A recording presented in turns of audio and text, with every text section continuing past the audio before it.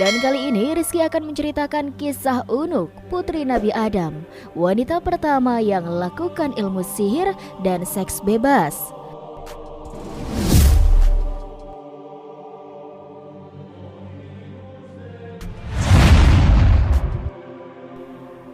Kisah Unuk putri Adam yang disebut-sebut sebagai pionir seks bebas dan hamil di luar nikah banyak tersebar.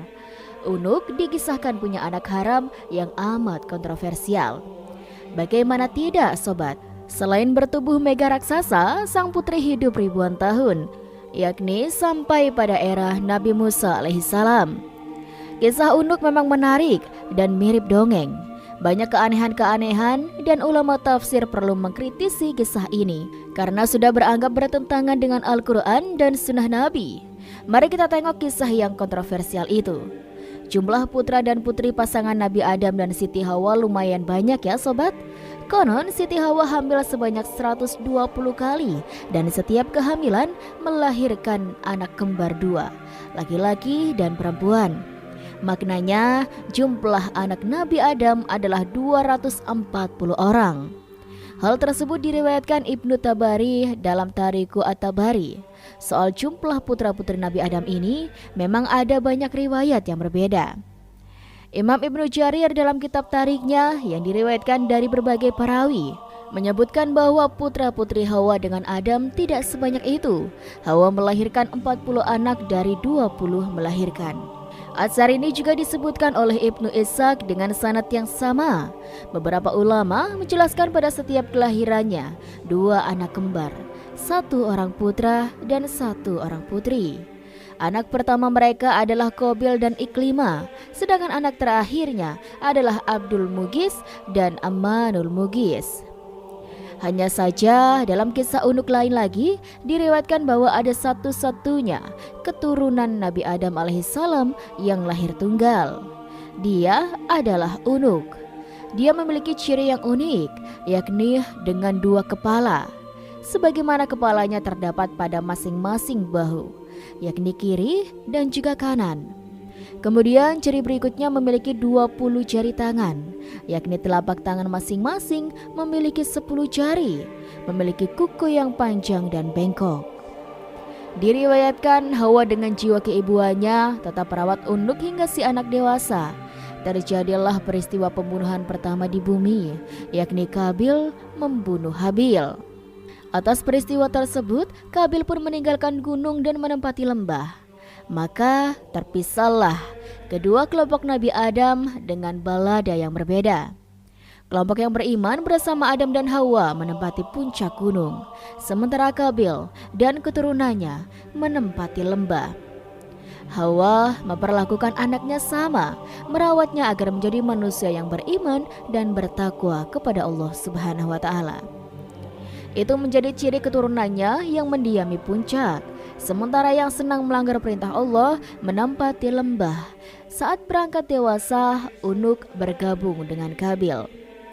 Ini terjadi setelah Nabi Adam alaihissalam wafat. Beberapa sejarawan menyebutkan bahwa sebelum meninggal dunia, Adam merasakan hidup bersama anak, cucu, cicit, dan seterusnya hingga berjumlah 40.000 orang. Nah, sobat, ketika Nabi Adam wafat, seluruh keturunan Adam menangis selama 7 hari 7 malam karena duka. Melihat hal tersebut, maka setan menggoda mereka. Setan merayu anak-anak Adam yang ada di lembah, sebab perangai anak Adam di lembah tersebut mudah tergoda oleh setan. Iblis menawarkan untuk menghibur mereka dengan musik. Maka dari sinilah bermula musik berupa seruling. Dan suara suling tersebut terdengar sangat jauh hingga ke puncak. Mereka yang sedang berduka tiba-tiba menjadi heran dengan suara yang aneh tersebut, mendayu-dayu dan sesekali dengan suara yang menyayat hati mereka. Mereka yang ada di gunung terperanjat, namun mereka tetap bisa mengontrol diri, kecuali Unuk binti Adam.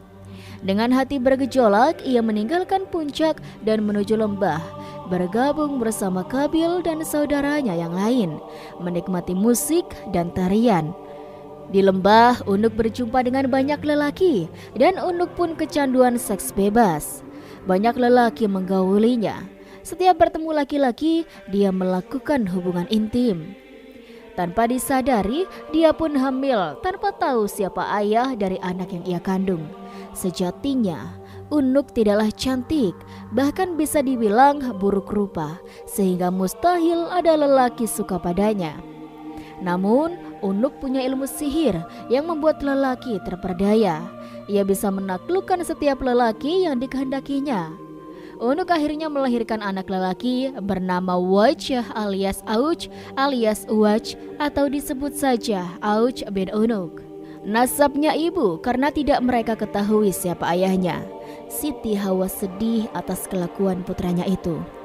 Maka beliau pun berdoa kepada Allah Subhanahu wa Ta'ala agar anaknya tersebut segera lenyap dari muka bumi. Allah pun mengutus singa sangat besar yang melebihi ukuran gajah, sehingga menyerang Unuk, merusak seluruh badannya. Inilah kematian pertama oleh binatang. Unuk pun mati setelah setahun melahirkan Auj. Selanjutnya, Auj tumbuh menjadi orang yang sangat besar tubuhnya. Tingginya mencapai 600 siku orang dahulu, yaitu sama dengan satu lengan siku orang sekarang. Dan lebarnya seukuran itu. Sampai-sampai ada sebuah riwayat ketika angin topan datang, angin tersebut tingginya tidak melebihi lutut Auj. Apalagi dia duduk di atas gunung, tangannya dia ulurkan ke laut mengambil ikan, dan kemudian memanggangnya di matahari. Dan apabila dia marah kepada sebuah penduduk kampung, dia mengencingi mereka sehingga mereka tenggelam dalam air kencingnya. Menurut sebuah riwayat, Auj menguasai sebuah penduduk kampung. Diriwayatkan pula bahwa Auj bin Unuk hidup berumur 4.500 tahun. Dia masih hidup hingga zaman Nabi Musa alaihissalam. Diriwayatkan pada era Nabi Nuh, Auj bin Unuk berjasa membantu saat Nabi Nuh mengangkut kayu-kayu besar untuk membuat kapal. Dikisahkan Allah Subhanahu wa Ta'ala memerintahkan Nabi Nuh alaihissalam pergi ke Kufah untuk mengangkut pohon saj. Akan tetapi, Nabi Nuh bingung bagaimana cara mengangkutnya. Maka Allah memberi wahyu kepadanya bahwa Auj bin Unuk bisa memikulnya. Setelah Allah memberi wahyu kepada Nabi Nuh bahwa yang mampu memikul kayu itu adalah Auj dari Kufah ke Tanah Hira, suatu perkampungan dekat dengan Baghdad, maka Nabi Nuh mendatangi Auj dan memintanya memikulkan kayu tersebut untuknya. Auj pun berkata, "Aku tidak akan memikulnya kecuali engkau mengenyangkanku dengan roti." Kebetulan pada waktu itu Nabi Nuh membawa 3 roti dari kacang. Dia memberikan selembar roti itu kepada Auj dan berkata, "Makanlah roti itu." Melihat itu, Auj pun tertawa dan berkata, "Seandainya roti ini sebesar gunung itu, ia tidak akan membuatku kenyang. Apalagi roti ini hanya selembar." Mendengar ucapan Auj, Nabi Nuh memotong selembar roti itu dan memberikan kepadanya dan berkata, "Bacalah Bismillahirrahmanirrahim, kemudian makan potongan roti ini." Auj pun memakannya dan kemudian dia diberi lembaran roti yang kedua. Lembaran roti yang kedua baru setengah. Auj telah kenyang dan tidak sanggup memakan apapun. Setelah memakan roti itu, Auj membawa semua kayu tersebut dari Kufah menuju Hira dalam sekali pemberangkatan. Tatkala Nabi Nuh merampungkan membuat bahtera dan banjir mulai datang, Auj memohon kepada Nabi Nuh agar ia diberi tempat dalam bahtera tersebut. Akan tetapi, Nabi Nuh menolak keinginan itu. Saat banjir melanda seluruh dunia, tinggi air tidak mencapai lutut Auj bin Unuk. Auj pun hidup hingga masa Nabi Musa alaihissalam. Auj membenci Nabi Musa dan ingin membunuhnya. Dia menghampiri tentara Musa untuk mengetahui jumlah mereka. Dia mendapatkan mereka hanya kumpulan orang dengan 1 farsak. Lalu dia pergi ke sebuah gunung dan kemudian mencabut gunung itu dari bumi. Gunung itu dibawanya di atas kepalanya dan datang untuk menimpakannya ke tentara Nabi Musa. Pada saat itu, Allah mengutus burung hudhud yang paruhnya diciptakan dari besi. Burung hudhud itu turun di atas batu tersebut dan mulailah mematukinya hingga membuatnya berlubang. Lalu ia turun ke pundak Auj dan kemudian masuk ke dalam mantelnya hingga Auj tidak bisa bergerak. Ketika Nabi Musa melihat itu, dia menghampirinya dan memukulnya dengan tongkatnya yang panjangnya 10 siku. Sambil melompat ke udara setinggi 10 siku, tingginya Nabi Musa adalah 10 siku. Jadi pukulnya ke betis Auj pun tidak sampai. Akan tetapi setelah Musa memukulnya, Auj tersungkur dan kemudian meninggal serta terlempar ke lapangan kosong seperti gunung yang besar. Diriwayatkan bahwa di negeri Tatar atau Tartarus ada sungai yang bernama Atai. Di sana terdapat jembatan lengkung yang besar. Konon, jembatan tersebut berasal dari tulang Auj bin Unuk dan merupakan salah satu dari keajaiban dunia. Syekh Hamid Ahmad At-Tahir Al-Bashuni dalam bukunya berjudul Syahih Qasasil Quran dan diterjemahkan menjadi kisah-kisah dalam Al-Quran oleh Muhyiddin Masrida dan Muhammad Khalid As-Sarih menyebutkan Auj bin Unuk termasuk kisah dusta. Auj bin Unuk sebagaimana disebutkan dalam riwayat adalah orang kafir yang suka membangkang, sombong dan jahat. Setelah itu, pada banjir di era Nabi Nuh, Allah tidak membinasakannya sekalipun dia dikenal membangkang, kafir, sombong, jahat, dan anak pezina. Itu aneh. Secara akal, Syekh Hamid Ahmad At-Tahir mengatakan, bagaimana mungkin Allah membinasakan anak Nuh karena kekufurannya dan ayahnya adalah seorang nabi dan pemimpin orang beriman, sedangkan Allah Subhanahu wa taala tidak membinasakan Auj bin Unuk.